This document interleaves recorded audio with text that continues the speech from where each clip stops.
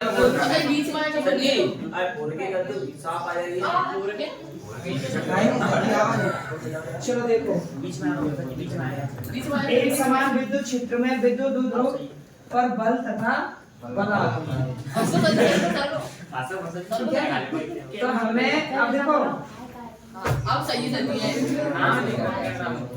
Camera में देखो, camera में देखो देखो तुम देखो कौन से देखो, तुम कैमरा में देखो तो अपने आप तुम्हारी तरफ देखो तो कैमरा में अपने आप ही हां आओ। सही देखो तो हमें एक समान विद्युत क्षेत्र में ध्रुव पर बल तथा बलात्मक निकालना है, ठीक है? समझ में आ रही है? हमें एक समान विद्युत क्षेत्र में विद्युत ध्रुव पर बल तथा बलात्मक निकालना है, ठीक है? तो मुझे एक चीज बताओगे तुम, अगर हमें मान के चलो ये एक समान विद्युत क्षेत्र E दे रखा है, क्या दे रखा है? एक समान विद्युत क्षेत्र E। अगर इस विद्युत क्षेत्र में मैं कोई Q आवेश रख दूं, क्या रख दूं? Q आवेश। तो ये विद्युत क्षेत्र जो E है वो Q पे क्या लगाएगा? बल। कितना बल लगाएगा?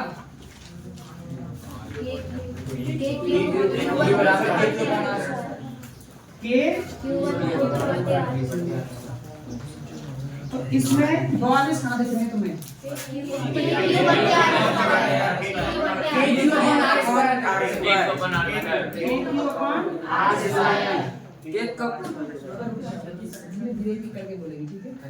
अब मुझे ये बता के क्यू अपन आर उसका क्या है? तो विद्युत क्षेत्र कितनी प्रकार है?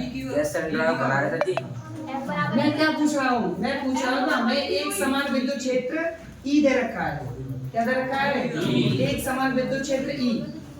जैसे ही इस एक समान विद्युत क्षेत्र E में मैं कोई Q आवेश रखूंगा तो ये विद्युत क्षेत्र E जो है तो Q आवेश पे क्या लगाएगा? बल।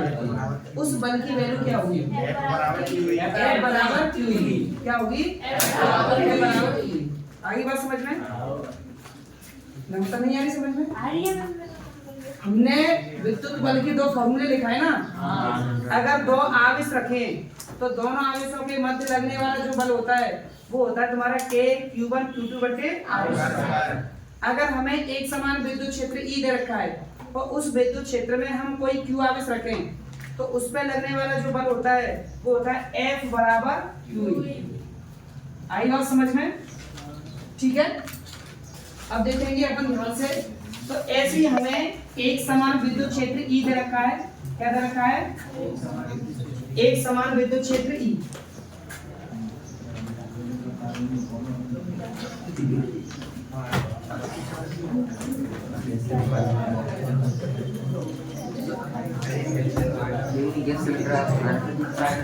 आवाज नहीं करेंगे।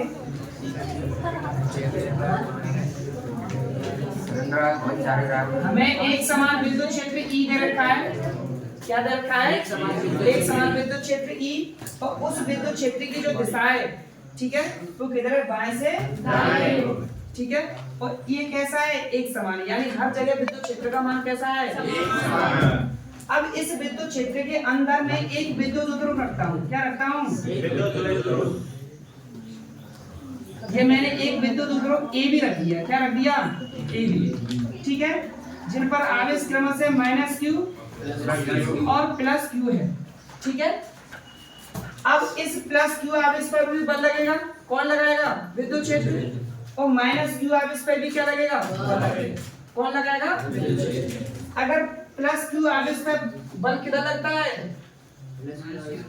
+Q आवेश पर, अगर +Q आवेश को अपन विद्युत क्षेत्र में रखें तो इसमें जो बल लगता है वो लगता है विद्युत क्षेत्र की दिशा में। किधर लगता है? विद्युत क्षेत्र की दिशा में। और अगर हम विद्युत क्षेत्र में ऋणावेश को रखते हैं तो उस पे जो बल लगता है वो लगता है विद्युत क्षेत्र की दिशा में। किधर लगता है? और विद्युत क्षेत्र की जो दिशा होता है वो होता है धनावेश से ऋणावेश। ये हम पढ़ चुके हैं, ठीक है? तो ये Q आवेश, तो इस पे जो बल लगेगा वो लगेगा विद्युत क्षेत्र की दिशा में। लगेगा कि नहीं लगेगा? और कितना लगेगा? वो लगेगा F बराबर QE, ठीक है? ये जो ऋणावेश है इस पे भी बल लगेगा, तो इस पे बल कितना लगेगा? F बराबर QE। और किस दिशा में लगेगा? विपरीत दिशा में, यानी इस पे बल लगेगा इधर की तरफ। और कितना लगेगा? F बराबर QE, ठीक है? आगे बात समझ में। अब अगर विद्युत द्विध्रुव इस स्थिति में रखा है, किसमें रखा है? इस स्थिति में, यानी विद्युत द्विध्रुव अगर विद्युत क्षेत्र के समांतर रखा है, कैसा रखा है? समांतर।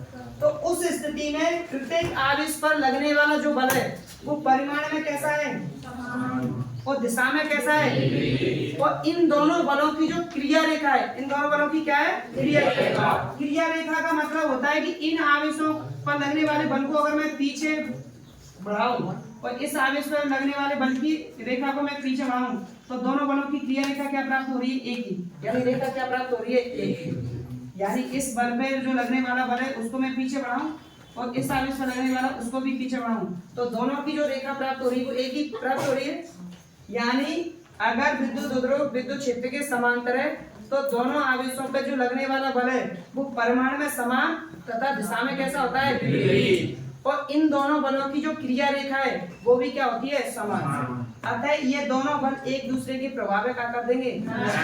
सपोज करो ये क्या है? विद्युत द्विध्रुव, इस ये ऋणावेश इधर धनावेश, तो इस पे बल लगेगा इधर की तरफ और इस पे बल लगेगा इधर की तरफ। अब दोनों बल कैसे हैं? समान। तो इस विद्युत द्विध्रुव पे कोई फर्क पड़ेगा? क्योंकि दोनों बल जो हैं वो परिमाण में समान है और दिशा में कैसे? विपरीत। और दोनों बलों की जो क्रिया रेखा है वो कैसी है? समान। तो इस पे कोई प्रभाव नहीं पड़ेगा। दोनों बल एक दूसरे के प्रभाव में क्या करते हैं?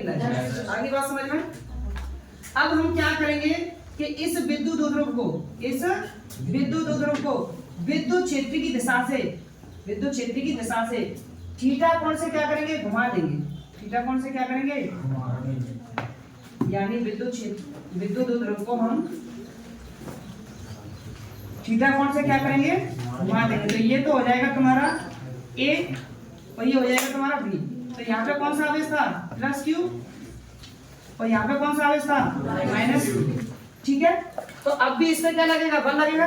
और मैंने इसको विद्युत क्षेत्रीय दिशा से कितने कोण से घुमा लिया?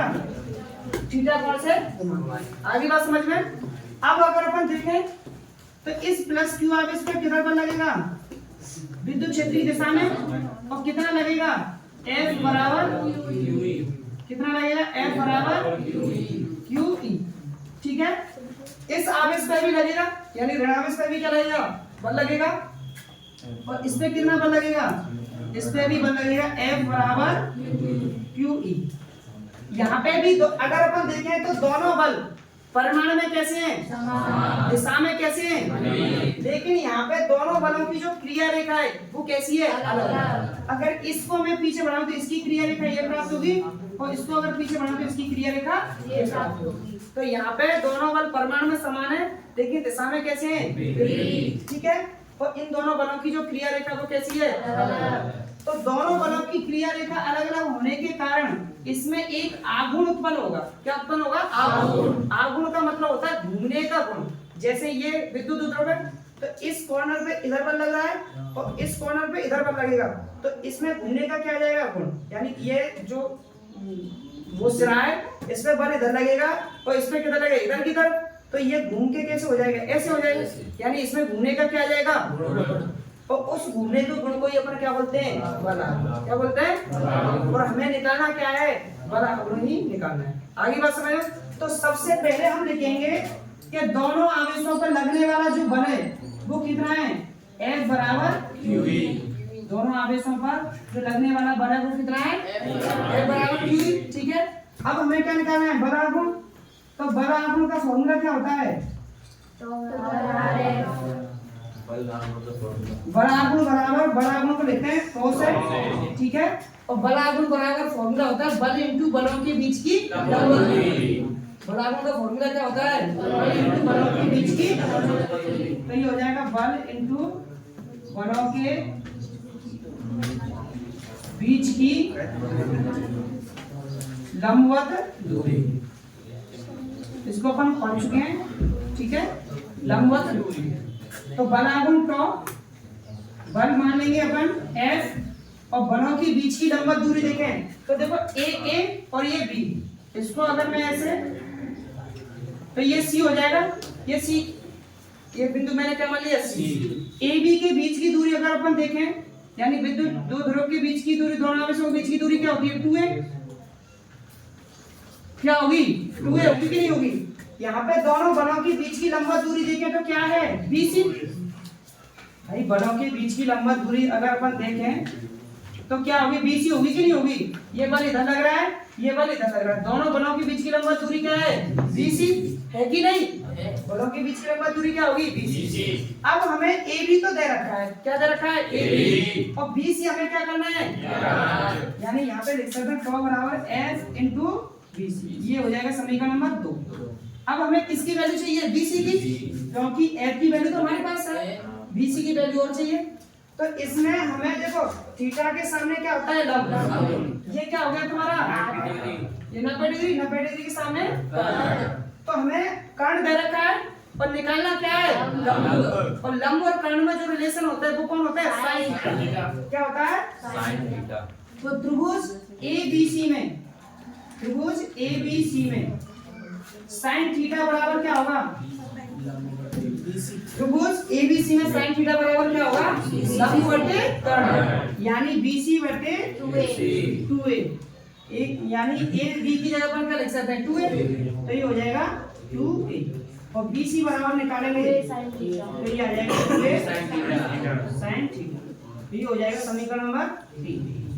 ठीक है, तो समीकरण 1 और 3 का मान किस में रखेंगे, तो समीकरण 1 और 3 का मान 2 में रखने पर, यानी समीकरण 1 और 3 का मान किस में रखेंगे 2 में रखेंगे। तो टॉ बराबर आ जाएगा हमारा F की जगह क्या रखेंगे QE, और BC की जगह क्या रखेंगे 2a sin थीटा। यहाँ तक किसी को कोई दिक्कत।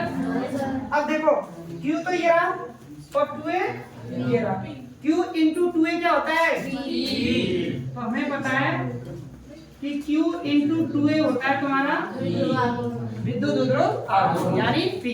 तो Q इंटू 2a की जगह अपन क्या पुट कर सकते हैं P, तो ये आ जाएगा PE sin थीटा। तो ये हमारा क्या निकल के आ गया बराबर, क्या निकल के आ गया। अब मुझे ये बताओ कि sin थीटा कब आता है, क्योंकि P क्या है विद्युत उद्रोह आघूर्ण, विद्युत उद्रोह आघूर्ण कैसी राशि है E क्या है विद्युत क्षेत्र, विद्युत क्षेत्र कैसी राशि है, और यहाँ पे क्या रहा है sin थीटा। तो sin थीटा कब आता है क्रॉस प्रोडक्ट में या डॉट प्रोडक्ट में, क्रॉस प्रोडक्ट में, क्रॉस में क्या आता है sin थीटा। तो ये आएगा हमारा तो वेक्टर P वेक्टर क्रॉस, ये हमारा क्या हो जाएगा सदिश रूप।